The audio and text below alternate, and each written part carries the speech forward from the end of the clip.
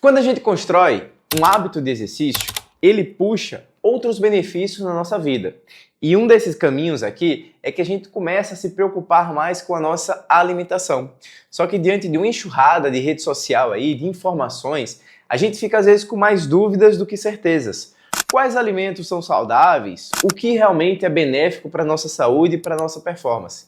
Então no vídeo de hoje, baseado nesse guia alimentar para a população brasileira, que é um documento do Ministério da Saúde, eu vou resumir em 10 passos como que você consegue melhorar a sua alimentação. Se você tem interesse no tema, segue o vídeo.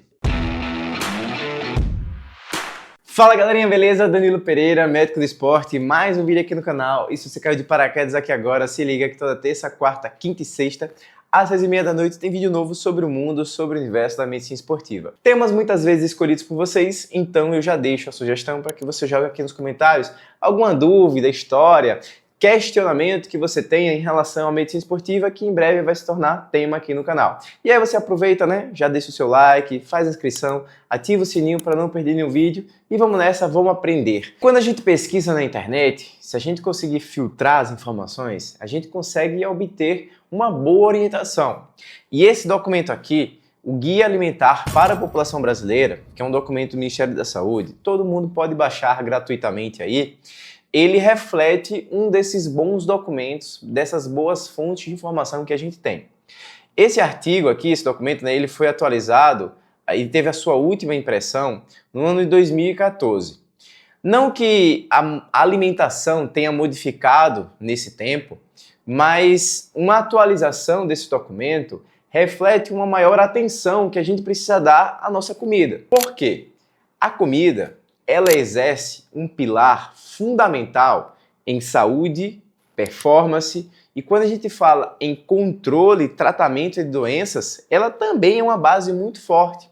A gente, como paciente, né, médico, profissional da área de saúde, muita atenção a medicações, pedidos de exames e olhar alguns resultados para saber se a doença está indo em um caminho mais favorável ou se precisa fazer algum ajuste.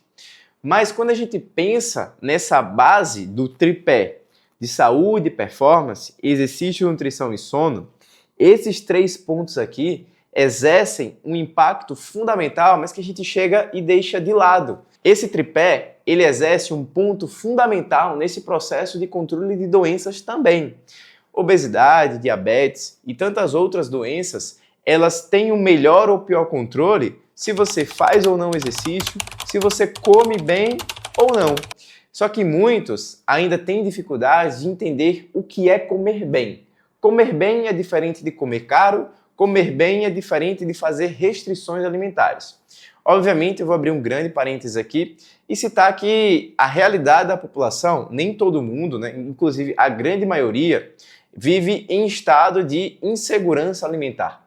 Mas para aqueles indivíduos que têm uma possibilidade de escolher os seus alimentos, se você consegue ofertar um alimento porque você teve o interesse de ir até ele, é de fundamental, é obrigatório que você saiba o que você está comendo, se é de sua escolha. Então vamos nessa, vamos aprender? Ponto 1 aqui do documento. Prefira alimentos in natura ou minimamente processados. Baseie a sua alimentação em frutas, legumes, verduras, cereais, feijões, castanhas e sementes. Esses alimentos, eles são ricos nos nutrientes essenciais e não passam por processos industriais que vão alterar a sua composição.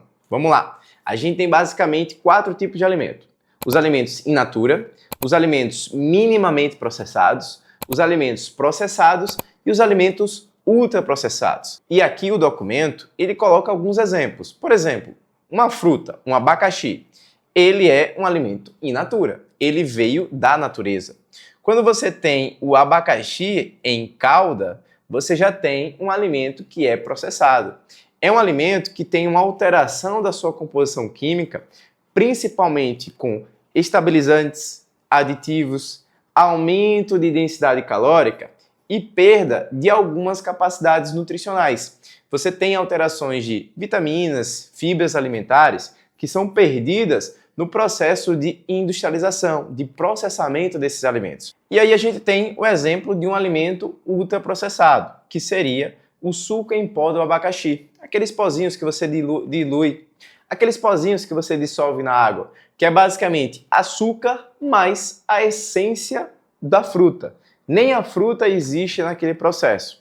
Então a gente pode pegar o mesmo sabor, o mesmo interesse no alimento, só que você sai de um processo in natura para um caminho de alimentos processados e ultraprocessados. Então prefira sempre aquilo que vem mais próximo da natureza. E para a gente entender, resumir mais essa história, descasque mais e desembale menos. Segunda orientação, cozinhe mais em casa.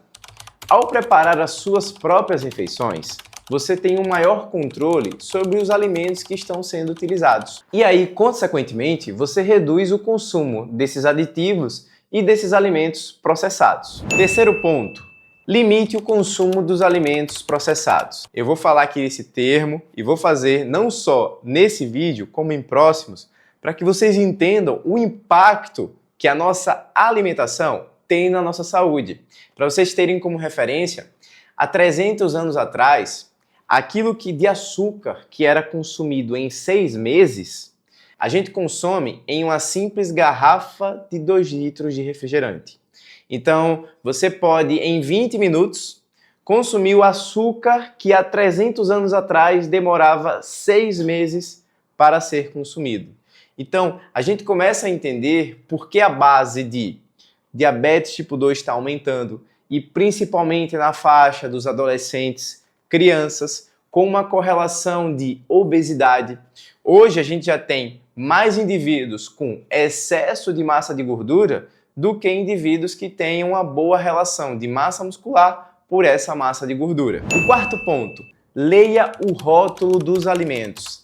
Prefira aqueles com a lista curta e compreensível, evitando itens com muitos aditivos químicos como conservantes, corantes e aromatizantes. Vocês vão pegar o seguinte, a gente precisa ser curioso. Você foi no mercadinho, pegou um produto, você vai olhar para aquele rótulo. A primeira coisa que aparecer no rótulo é a coisa que tem maior concentração. A segunda, segundo lugar e assim sequencialmente. Quando você tem uma lista muito grande e com nomes muito difíceis, muito confusos, você tende a deixar aquilo de lado e vai procurar aquilo que seja mais enxuto e de fácil entendimento e compreensão. É uma regra muito simples e clara para que você melhore a sua meta aí, não só para esse ano, como para toda a vida. O quinto ponto, mais uma vez, vai girar em torno do açúcar. Reduza o consumo desse açúcar. Muita atenção, principalmente em alimentos que são mais palatáveis, mais coloridos, que tenham uma maior densidade calórica. O que é isso? Mesmo em uma pequena porção de alimento, você tem muita energia ali armazenada com uma pobreza de nutrientes. Sexto ponto, coma em horários regulares e de preferência em um ambiente mais tranquilo. É comum que pelas demandas do dia a dia, a gente não tenha uma atenção plena durante a nossa refeição, mas isso pode fazer com que a gente perca a relação de fome e saciedade. Você às vezes pode consumir mais do que realmente precisaria naquele momento. Então, locais com muito barulho, você comer na frente de telas, isso tudo distrai essa atenção. Então tenha um foco, uma atenção mais plena ali ao seu prato de refeição. Sétimo ponto, valorize os alimentos regionais e sazonais. Aquilo que tem uma produção e uma maior quantidade vai também ter um custo mais acessível aí para você incrementar na sua rotina de alimentação. Oitavo ponto, planeje suas compras e refeições. Então, se você vai ao mercadinho já com a lista feita, você vai economizar dinheiro. Além do que, se você vai bem alimentado, a chance de você comprar alimentos desnecessários também vai reduzir.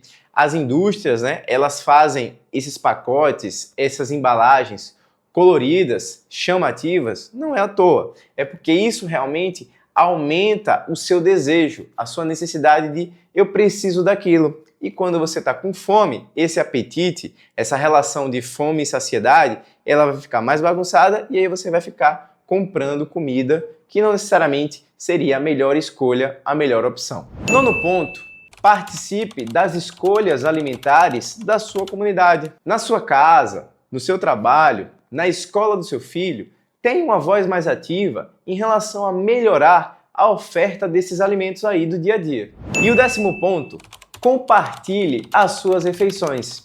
Então você ter hábitos de tomar o café da manhã, o almoço, o jantar, se possível, com seus amigos, familiares mais próximos, ajuda a você fortalecer esses laços e criar essa construção aí de hábitos mais saudáveis. Se você modificou a sua rotina, você vai ter um impacto aí no seu esposo, na sua esposa, nos seus pais, nos seus filhos. E isso tudo vai gerando, ampliando essa cadeia. E aí sim, a gente consegue modificar o rumo da nossa sociedade.